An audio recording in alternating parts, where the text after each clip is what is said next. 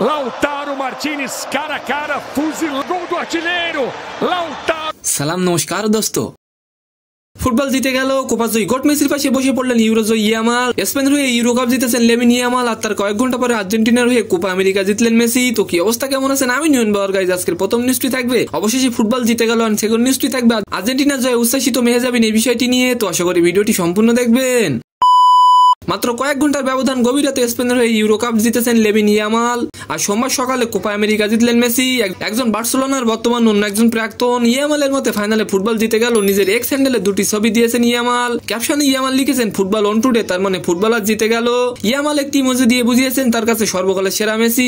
আপনি যদি মেসিকে ভালোবেসে থাকেন তাহলে অবশ্যই একটি কমেন্ট করে যাবেন। আর এবার আলোচনা করবো আর্জেন্টিনার জয় উচ্ছ্বাসিত মেহজাবিন এই বিষয়টি নিয়ে।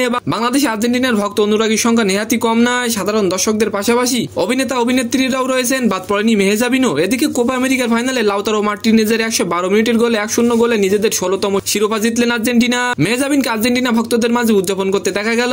এ সময় যুক্তরাষ্ট্রের খোলা আকাশের নিচে মিষ্টি হাসিতে ধরা দেন তিনি। আর্জেন্টিনার জয়ে বেশ খুশি হয়েছেন তিনি। তো সম্মানিত দর্শক, আজকের ভিডিওটি কেমন লাগলো অবশ্যই কমেন্ট বক্সে জানাবেন। আর ভিডিওটি যদি ভালো লাগে অবশ্যই একটি লাইক দিয়ে আমাদের চ্যানেলটিকে সাবস্ক্রাইব করে দিবেন। ধন্যবাদ।